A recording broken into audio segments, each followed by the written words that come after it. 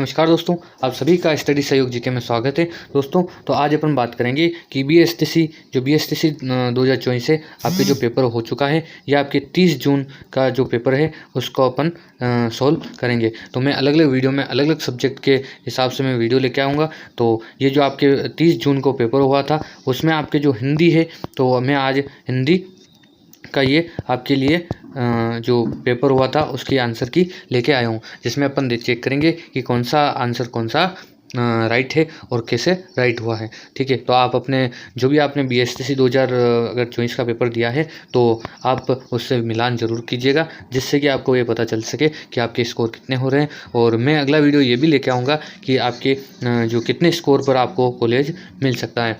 तो चलिए अपन स्टार्ट करते हैं। जो हिंदी के आपके 30 प्रश्न होते हैं, अपन 30 प्रश्नों को देखेंगे। और मैं और सारे वीडियो बना रखा है मैंने अलग अलग, तो वो भी जाके आप देख सकते हैं कि इसमें आपके जो मेंटल है इसका अलग से वीडियो मैंने बना रखा है, और जो आपके जीके हैं और शिक्षा अभिरुचि है तो उसका भी अलग वीडियो बना रखा है, वो भी आप इस चैनल पर जाकर आप देख सकते हैं। तो चलिए अपन देखते हैं कि हिंदी में जो आपके 30 प्रश्न आते हैं उसके आंसर चेक करते हैं। तो दोस्तों ये आपके ए सीरीज़ है। अगर आपके एक सीरीज़ है तो ये आपके यूं के प्रश्न मिल जाएंगे जो कि आपके क्रम वाइज होंगे।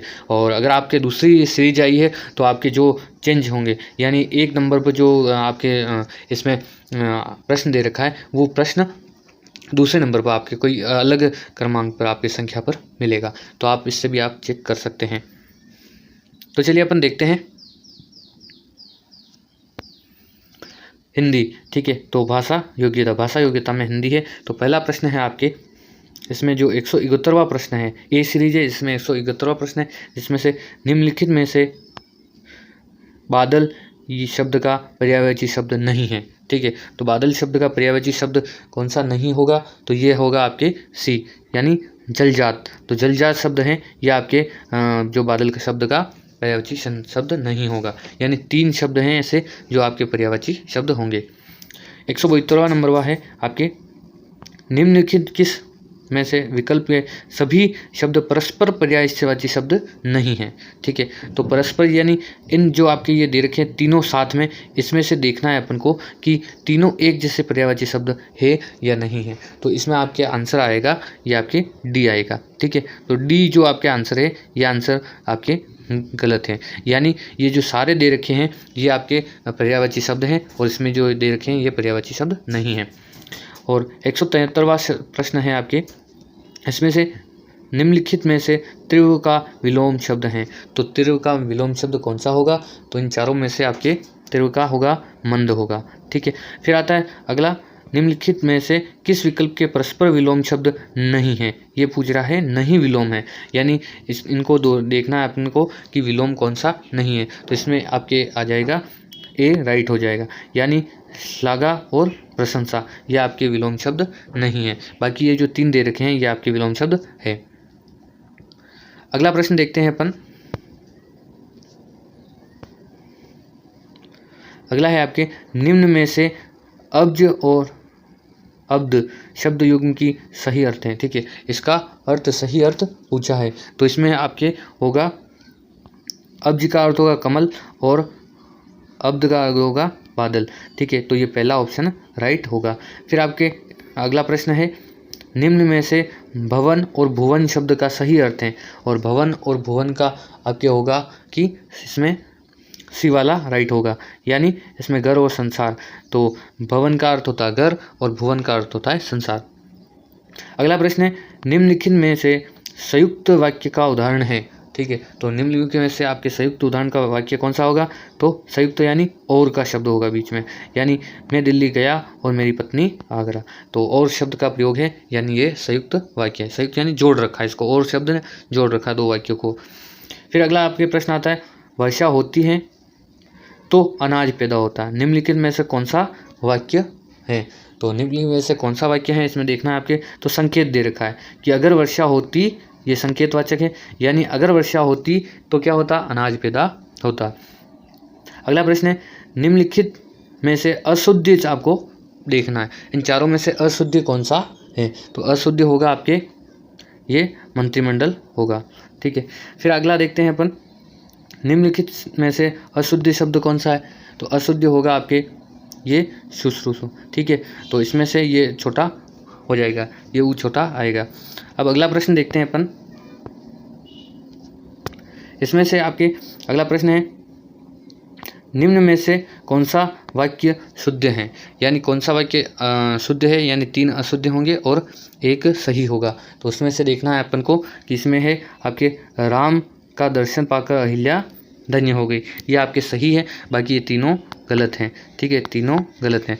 फिर आपके देखेंगे अगला प्रश्न है, निम्न में से शुद्ध शब्द हैं, तो इसमें से सही शब्द आपको छांटना है। तो सही शब्द कौन सा है, तो ये है आपके अंत्योक्ति। तो अंत्योक्ति यानी अति प्लस उक्ति, तो अंत्योक्ति यानी ये आपके शब्द सही हैं।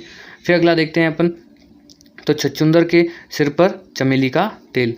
तो छछूंदर के सिर पर चमेली का तेल यानी आपके जो एक कहावत है, इसका अर्थ आपको देखना है। तो इसमें अर्थ होगा आपके, ये होगा अयोग्य व्यक्ति को कीमती वस्तु मिल जाना, यानी छछूंदर के सिर पर चमेली का तेल। फिर अगला देखते हैं अपन,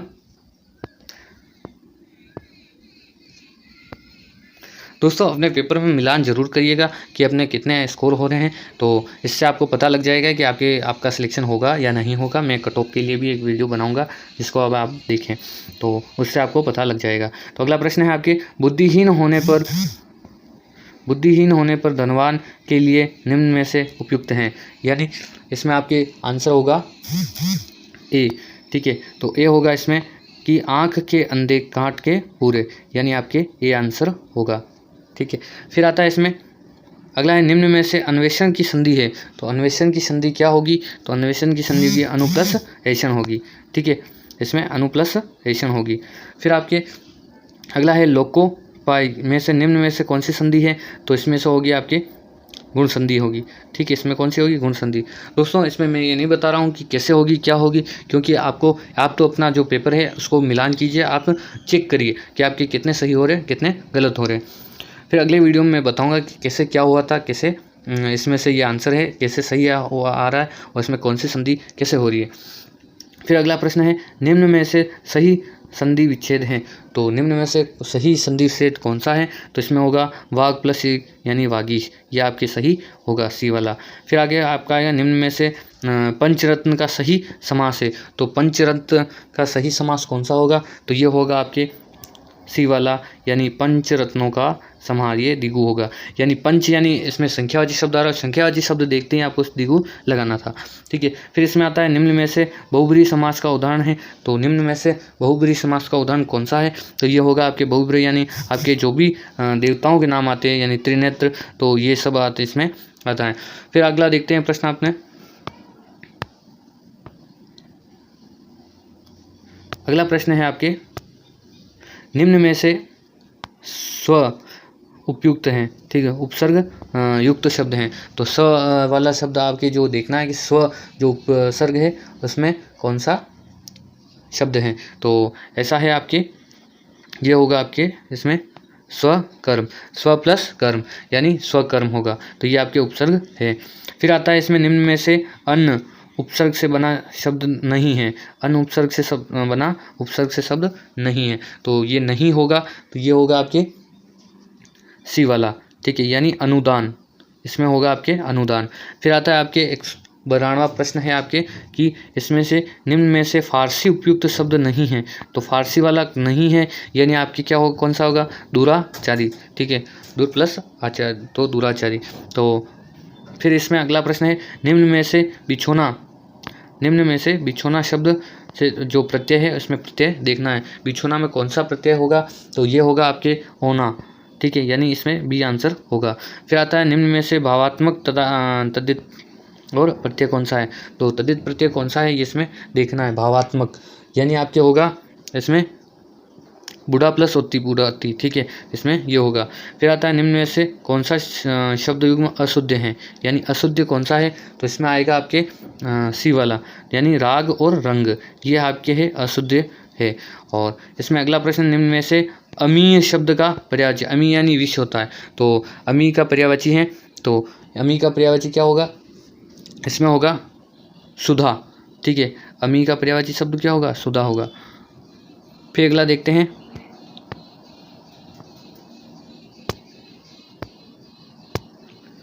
अगला प्रश्न है, जंगल में लगने वाली आग को क्या कहा जाता है? तो इसमें आएगा आपके दावानल।